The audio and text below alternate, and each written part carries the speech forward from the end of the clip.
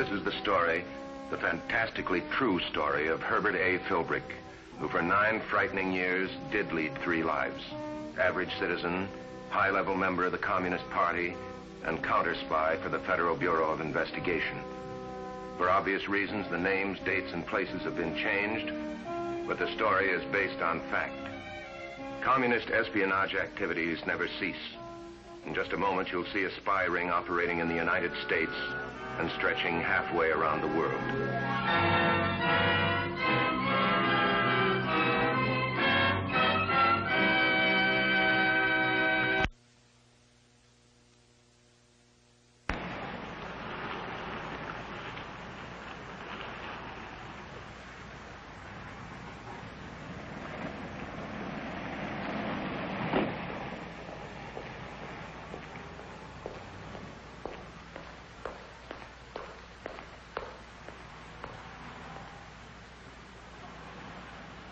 The kids and I are over at the Johnsons'. They're having a steak barbecue. Join us if you can. Love, Eva. You wish you could join them, don't you, Philbrick? But you can't. You don't have much time for Eva and the children. Not since you volunteered to act as an undercover agent for the FBI.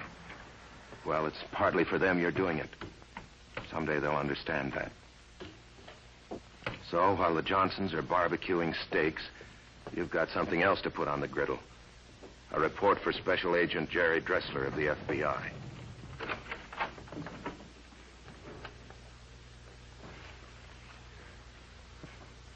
Hello, Herb. I figured it was about time you were showing up. Dressler, how in the world did you get in here? I didn't think you'd mind my using a pass key as long as your family was out. Besides, this is a pretty good place for us to meet.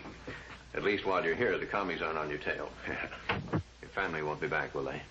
No, they're out for the afternoon. What's up? Something important? Well, your last report said that you were being assigned to the County Educational Committee. Yeah. That means you'll be moving around a lot, checking on the cells in this district. I haven't started yet, though. I get my final instructions this afternoon. Why? We just received word from behind the Iron Curtain, Herb. There's a commie spy ring working this area. This area? Within the past 3 months, production statistics from a half a dozen plants within a radius of 100 miles have turned up in Moscow via Europe. And what's worse, so have top-secret blueprints for new weapons. Got any leads? Not yet. We don't know who's sending the information or how they're sending it. We're pretty sure they're not using couriers, at least not from this side. Do you know of anything that might tie in? Well, I could give you a list of possible suspects, I suppose. Nothing definite, though. They haven't let me in on their espionage angle so far. I'll want that list, Herb. And anything else you can turn up. While you're traveling through the party the next few weeks, you should be in a pretty good spot to latch onto something. I'll do my best. Don't expect too much, though, not as far as spies go. Yeah, we don't expect anything, Herb. We're all working on this. Everybody in the field office. Somebody will pick up the first clue sooner or later. I just wanted to alert you. Well, thanks. You want me to see you out? No, I'll go out. See you soon. Okay, Philbrick. You may not know exactly what to look for, but just make sure you give Dressler anything that even looks like a lead. He'll run it down. The FBI never overlooks a bet, no matter how slight the chance.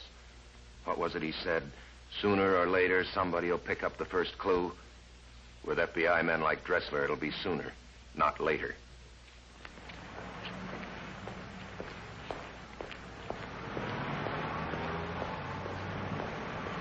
"5 minutes early for Comrade Jenny. She won't like that. It's just as great a party sin to be early as it is to be late. But you can't stand here on the street."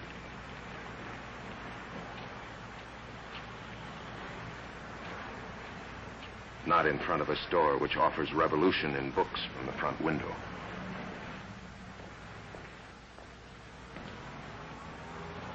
And revolution in actions from the back room. Come in. You're early, Comrade Herb. A little. I suppose I shouldn't reprimand you for a certain amount of eagerness. Your appointment to the Educational Commission is the most important assignment the party has ever given you. Your new duties will be twofold. One, you'll be educational director for this district. That means you are responsible for agitation and propaganda within all cells of your unit. You understand, comrade? Yes, I understand. Your second duty is even more important. You'll also be responsible for party security in this area. And I needn't remind you that one of the greatest threats to communism is internal, from within the party itself. Diversionists, traitors, opportunists, social patriots, reformers. You'll make every effort to discover these enemies and report them to me. And should you fail to report them, I'll be forced to conclude that you are one of them yourself.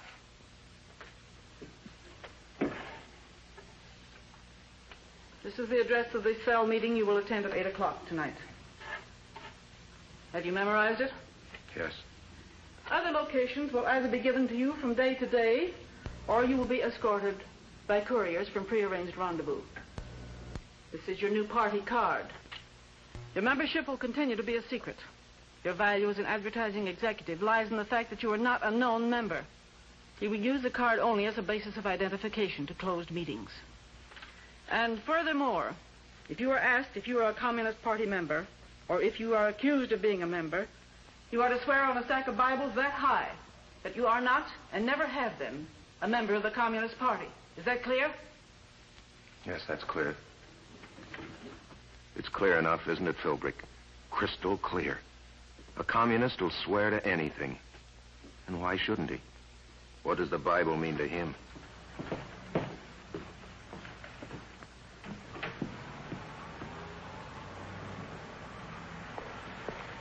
It begins this evening. A new routine. Grab a bite of supper, jump in the car, head for a cell meeting. And every evening it'll be a different address. One evening, a quiet little house in the suburbs. Sometimes it's a $30 flat on the wrong side of town, where you've attended a cell meeting, where you know the cell members. And sometimes it's a new neighborhood, an apartment you've never seen. Some of the faces may be new, but the people will be the same. Communists are communists, even in a $300 a month apartment on the 12th floor. Comrade Jenny said 7:30. He should be here now.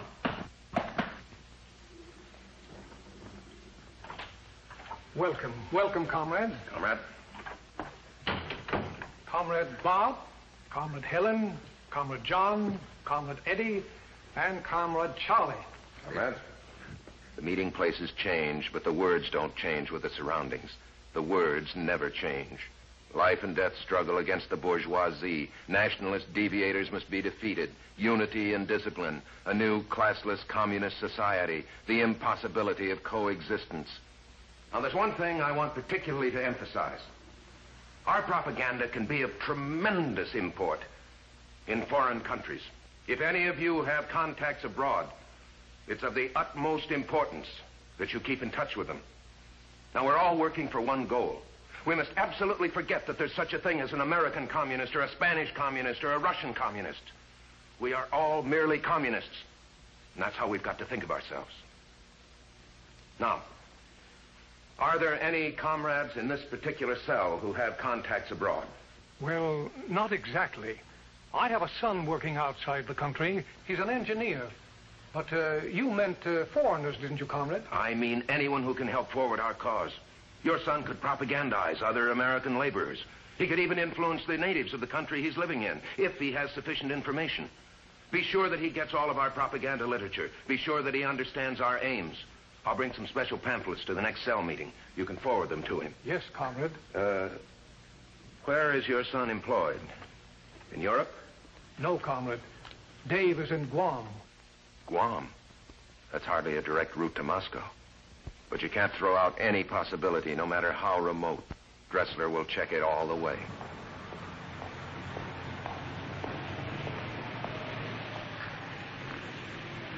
Remember, if you see anybody suspicious, sit down beside another passenger.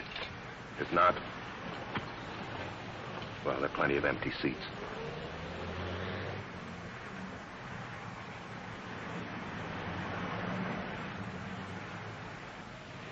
There's Dressler, right on schedule. Watch him for your next cue.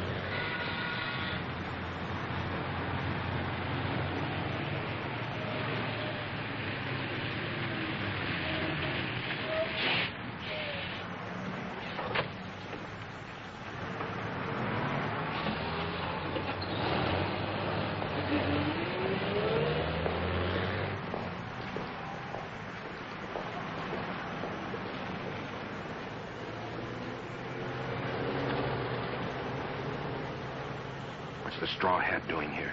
Is he tailing me, or... If he had been a commie, that would have been close. Too close. Okay, Philbrick, you can go inside now. Take a look around. Slowly, Philbrick. As if you were interested in buying antiques. Make sure no one's in here that shouldn't be.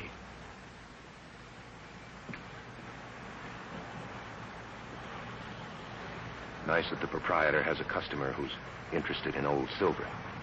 But at the moment, there's only one thing that interests you in this store.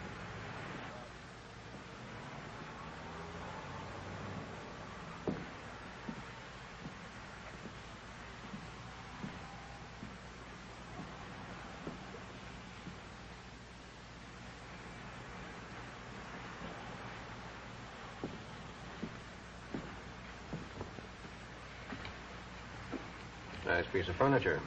I wonder what it's worth. I don't know. In antique shops, it's hard to tell. I guess you're right. Well made.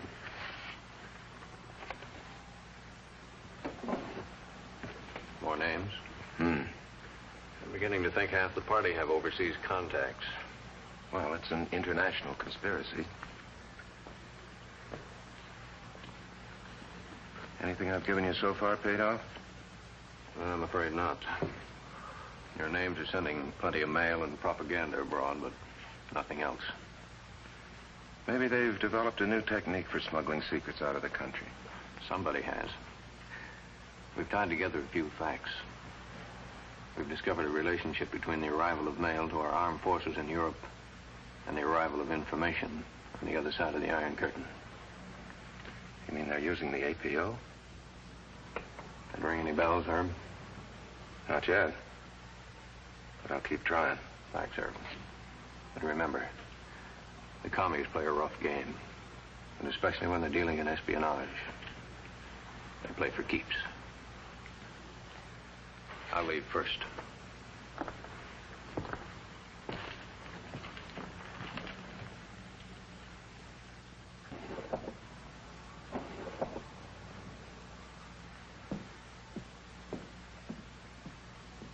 Espionage. It's not supposed to be part of the Marxist doctrine or the working class struggle or the dictatorship of the proletariat. But it's part of communism just the same. And now you're mixed up in it, too.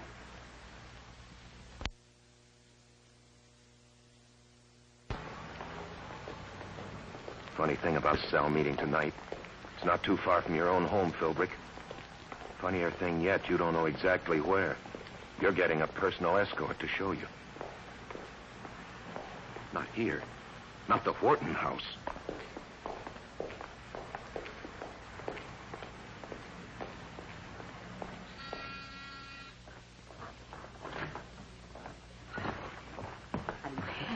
Comrade. You've known the Wharton sisters for years, Philbrick. Amy gives piano lessons to half the kids in your neighborhood. And Margaret's the best part-time babysitter money can buy. You've moved in the same social circles, even entertained them in your own home. But until tonight, you never guessed they were communists. Well, here it comes again. The same speech. You know it by heart. You could reel it off without thinking. But you can't take that chance. When you're talking to a cell meeting, you've got to think every minute of the time. And if you don't want anybody to get wise, you've got to think like a communist. Now, Marx and Lenin have both taught us that it's impossible to get rid of the power of capital or to convert capitalistic property into public property by peaceful means alone. But if we're to achieve our final victory through revolution, then first, the party of the working class must purge itself of deserters, of traitors, of capitulators, of deviationists. We must start, comrades, by purging ourselves, by cleansing ourselves and educating ourselves. This must be a never-ending process. It must never stop. Now, there's one area where our propaganda has not been used to the fullest extent. Do any of you here have friends or relatives or contacts of any kind in foreign countries? Well, there's our nephew, George. You have a nephew overseas? Yes, comrade. Is he getting our informational literature? Is he aware of conditions here at home? You see, Comrade, George is a soldier. He's in the Army. Well, all the more reason for him to be getting our material. Boys in the service can be made to feel bitter, unhappy, discontented. But George doesn't know about us, that we're in the party. No reason why he has to. I'll send you some material especially designed for use among the armed services. There's no mention in it of the Communist Party. You can feel perfectly free to send it to George.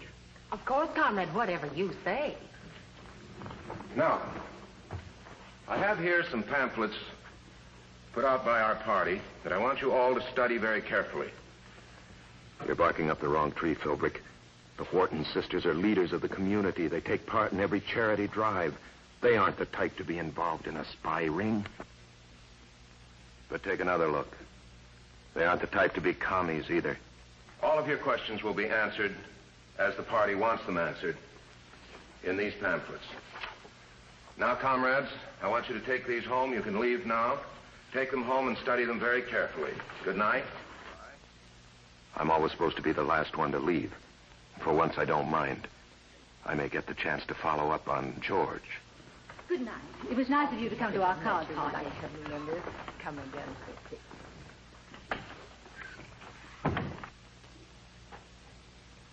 Your talk was fine, Comrade Herb. I'm afraid some of us needed it. Thank you. By the way, would you like me to drop this No, off thank for you? you. I go right. There's just some things for George. Oh.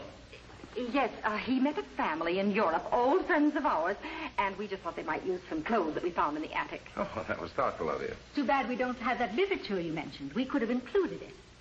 You'll be sending other packages, I imagine. Oh, yes, nearly every week. Well, good. Then I'll get the pamphlets to you before you send the next package. You sure I can't drop it off for you? No, thank you. I'll be going downtown in the morning anyway. Yes, thanks, just the same. I see George is a corporal. I don't know him, do I? No, he lives in White Lake. Uh-huh. Well, maybe I'll meet him when he comes back to the States. Yeah. Good night, comrades. Good night, Comrade.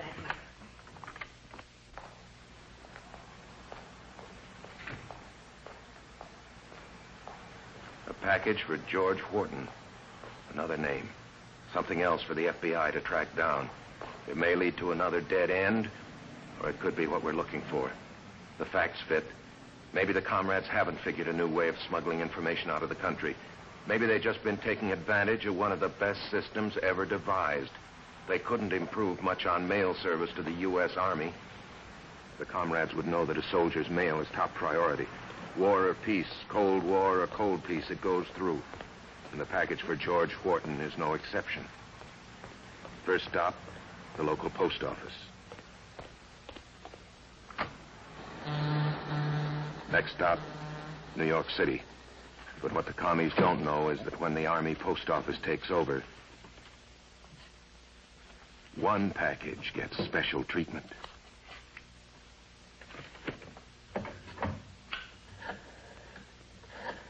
Won't be long now.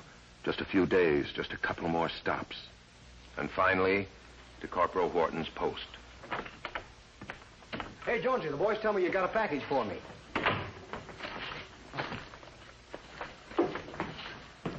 Hey, Wharton. Captain Norton and G2 want to see you. Now, bring that along with you. Come on, now, madame.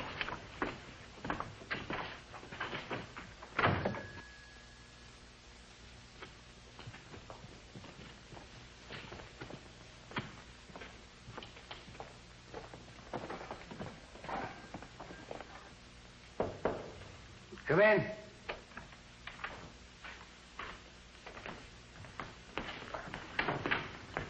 Corporal Warden reporting, sir.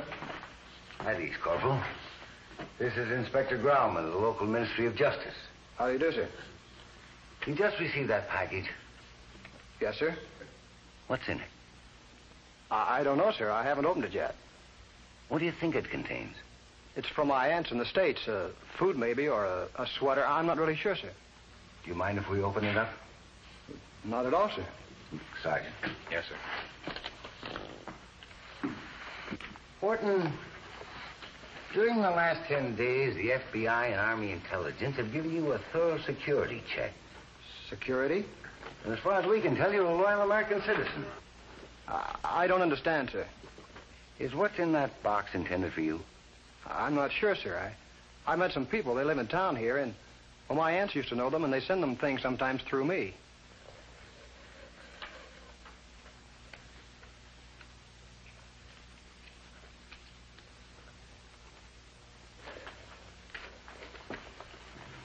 I've got it, sir. Do you know what this is, Warden? It looks like a piece of microfilm. But I didn't know it was in the shoe. I swear I didn't. Who on earth would... Your aunts put it there. Amy and Margaret? They're both members of the Communist Party. Put everything back in the package the way it was. Yes, sir. Are you willing to go through with this, Corporal?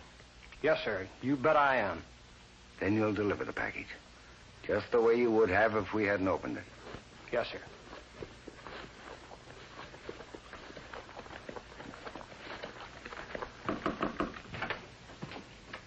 This is the end of the line.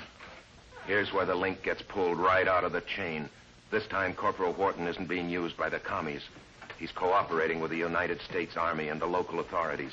He's carrying the ball again, but this time he knows it.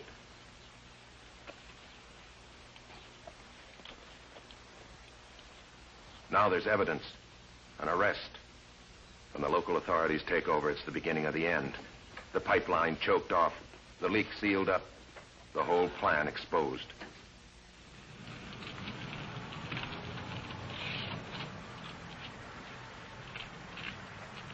It's about time you paid the Whartons another visit, Philbrick. You don't want them to get suspicious or get the idea that you had something to do with ending their espionage system.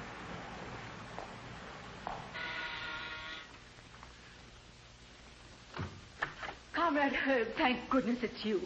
Come in. Thank you. Who is it, Margaret? Comrade Herb. Oh, Is something the matter? we didn't know what to do. We thought you were the police. The police? They must have found out about the packages. We haven't heard a word from George. Not for weeks. Oh, maybe he's been transferred to another post. You don't understand, Comrade Herb. There were messages in the packages. Important messages. From the party. I see. If the police had If found I were you, out... comrades, I wouldn't worry about the police. This is a more serious matter than that. More serious? Apparently, you've allowed a valuable party contact to fall into jeopardy. You've been derelict in the matter of security. But, Comrade Herb, it wasn't our fault. Whose was it then? George's? No, he didn't know a word about it. We hadn't breathed a word to anyone. And not even to you, Comrade Herb. That night you were here, remember? We didn't even tell you what we were doing. You'll explain to the party, won't you? We've always been loyal. No matter what they asked us to do, we did it. If you explain to them, maybe they won't discipline us. The Communist Party doesn't accept explanations for failures. You know that as well as I do. Not from me, not from you, not from anybody. Goodbye. Goodbye, Comrade Herb. The party will be in touch with you.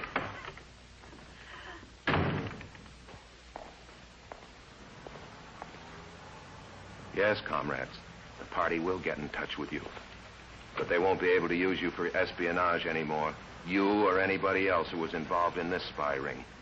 The FBI now has enough pieces to the puzzle. I'm afraid I'll have to make a report to Comrade Jenny. Party security in this area isn't all that it should be.